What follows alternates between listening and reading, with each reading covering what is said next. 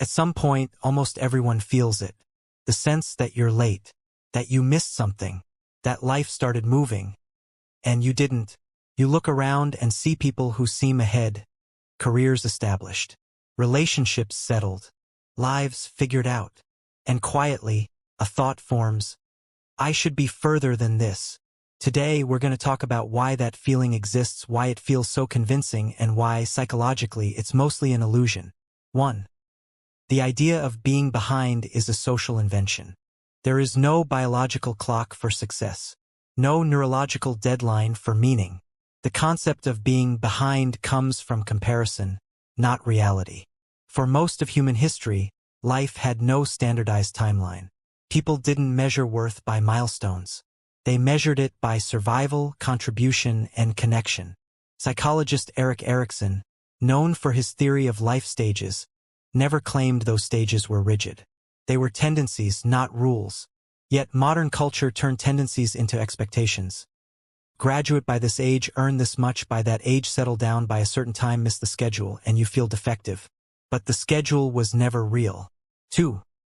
Your brain is designed to compare, not to be fair. Neuroscience explains something uncomfortable. The human brain doesn't compare objectively, compares selectively.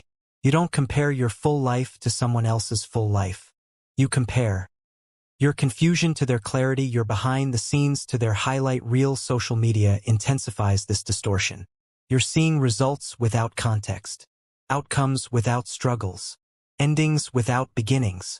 Psychologist Leon Festinger, who developed social comparison theory, warned, comparison becomes harmful when it lacks complete information. And online, information is always incomplete. 3. Progress rarely looks like progress while it's happening. Here's a quiet truth. Growth feels slow from the inside. When you're learning, it feels like stagnation. When you're restructuring, it feels like delay. Psychology calls this latent progress. You're changing internally long before the external world reflects it. Philosopher Soren Kierkegaard wrote, life can only be understood backwards, but it must be lived forwards. You won't recognize progress until later. From the present, it often looks like nothing is happening. 4. Feeling behind often means you chose depth over speed. Not everyone moves fast for the same reasons. Some people rush because they fear stillness. Others move slowly because they question deeply. Depth takes time. Self-awareness delays decisions. Reflection slows momentum. Rebuilding yourself internally doesn't produce visible milestones, but it produces something more stable. Psychologist Carl Jung believed that people who introspect deeply often feel out of sync with society, because they're not moving on autopilot. Feeling behind may simply mean you refuse to live unconsciously. 5. The myth that life is linear.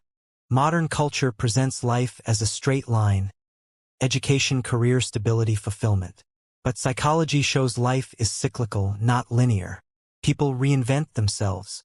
They collapse and rebuild. They restart careers, relationships, identities. What looks like falling behind is often repositioning. Philosopher Friedrich Nietzsche wrote, and once you are awake, you shall remain awake eternally.